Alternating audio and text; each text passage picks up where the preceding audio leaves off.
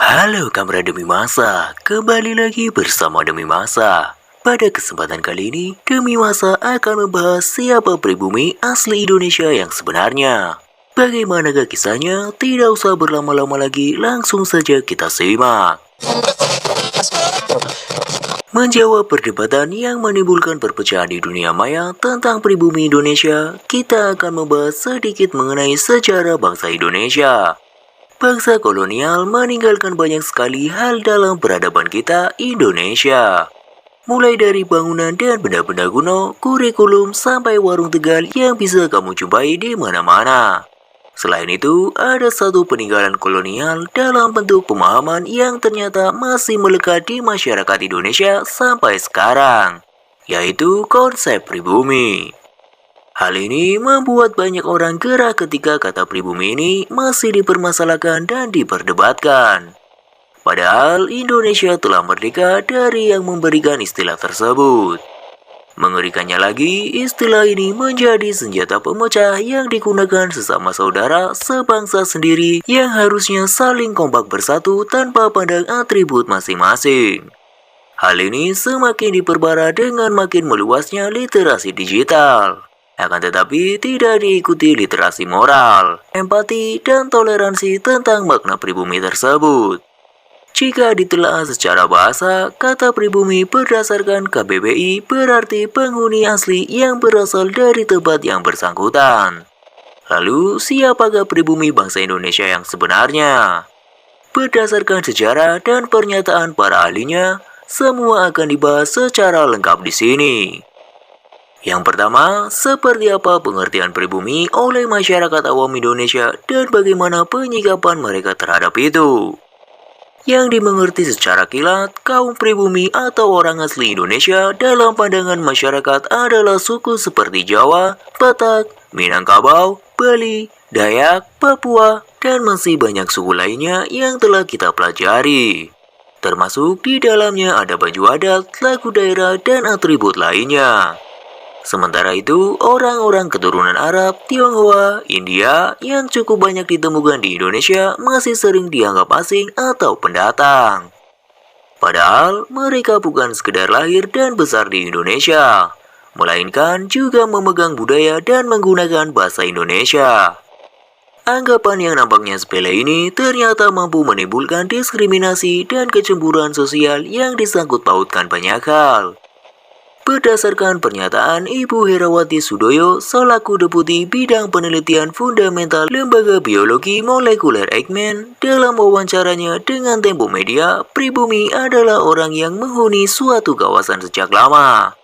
Sementara yang saat ini mendiami Indonesia berasal dari beberapa titik migrasi. Kita semua bersaudara dan tidak ada darah yang murni. Yang kedua, beberapa dari kalian yang sering mengaku sebagai orang Indonesia asli sering tidak sadar bahwa seluruh suku yang ada di Indonesia sebenarnya termasuk bangsa pendatang. Itu sesuai bukti prasejarah yang ada. Manusia modern baru masuk ke tanah air pada era Pleistosen. Manusia pendatang ini terbagi menjadi dua golongan, yaitu Melanesia dan Austronesia. Orang Melanesia datang sejak 50.000 tahun yang lalu. Melanesia mayoritas berasal dari Afrika dan biasanya bermata biru. Menandakan bahwa sebenarnya hampir tidak ada satupun dari kita saat ini yang merupakan pribumi sejak awal, kecuali campuran dan gennya telah berkembang. Migrasi kedua sekitar 16.000 hingga 35.000 tahun yang lalu dari Indochina masuk ke Nusantara lewat jalur darat. Setelah itu disusul orang Austronesia sekitar 4.000 tahun lalu dari Formosa ke bagian barat dan timur Nusantara. Akhirnya mereka semua berkembang menjadi berbagai suku yang kita kenal saat ini. Yang ketiga, jauh setelah Austronesia dan berbagai variasi di dalamnya, datanglah tiga bangsa ke Nusantara secara beruntun, yaitu India, Tionghoa, kemudian Arab. Pada abad ketiga hingga sekitar 2000 tahun yang lalu, masyarakat di Nusantara menjalin hubungan dengan India lewat perdagangan logam dan juga rempah-rempah. Dari sinilah kebudayaan India dalam Hindu-Buddha masuk ke Nusantara. Setelah itu, Nusantara menjalin hubungan dengan dinasti Tiongkok daerah selatan. Berdasarkan data dari Paguyuban Nasional Marga Tionghoa, tahun 907, Ai Ching, seorang biksu Buddha berkelana lewat laut ke Nusantara dan Cina. Menurut catatan Ai Ching, ketika ia ke sana sudah ditemukan koloni orang Tionghoa di Tuban, Gresik, Jepara, Lasem, dan Banten. Kemudian, pada abad ke-15, pada masa dinasti Ming sekitar tahun 1407, Nusantara kedatangan Laksamana Cheng Ho yang mendarat di Sambas dan Palembang. Kemudian membangun peradaban Islam di tempat-tempatnya berkelana. Laksamana Cheng Ho berlayar ke Indonesia dengan tujuan menjalin persahabatan, alih teknologi, perdagangan, dan penyebaran Islam.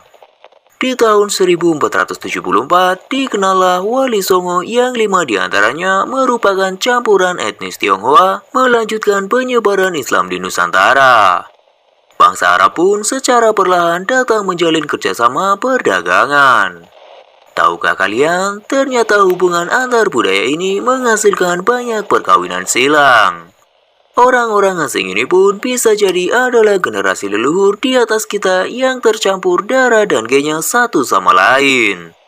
Data terbaru menyatakan, gen masyarakat Indonesia saat ini adalah 74% Asia Tenggara dan Oseania, 90% Asia Selatan, dan 5% Asia Timur, 6% Arab, dan 6% Afrika.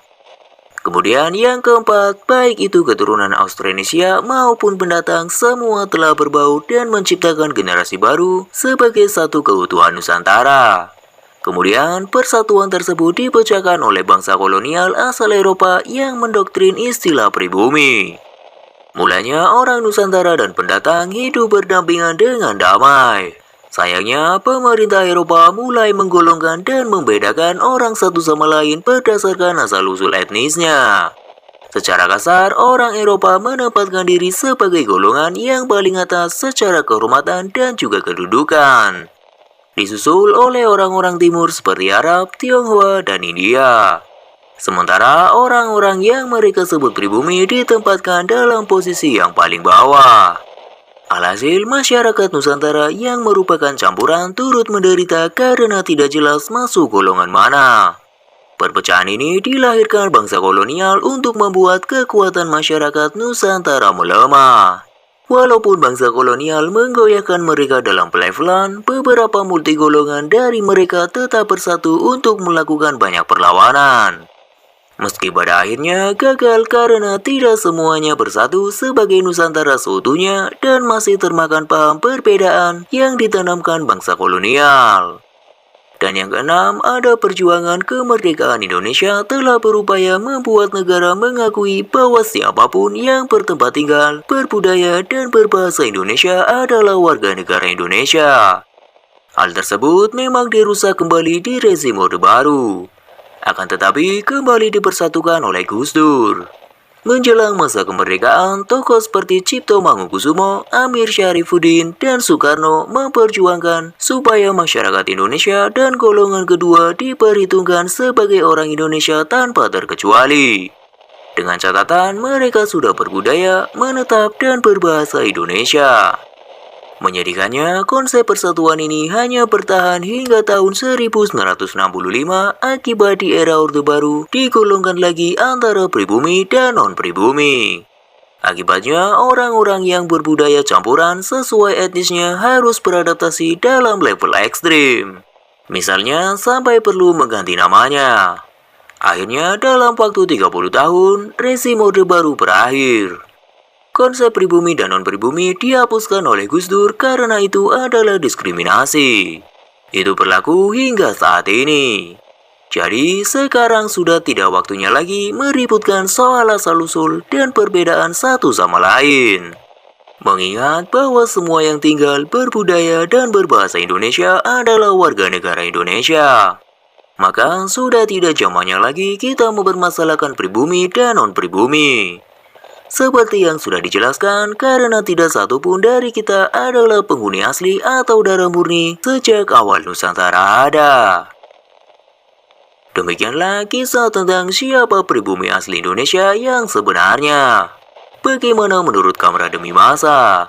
Jika Kamera Demi Masa memiliki pendapatnya sendiri, tulis saja di kolom komentar. Sampai jumpa di kisah-kisah selanjutnya.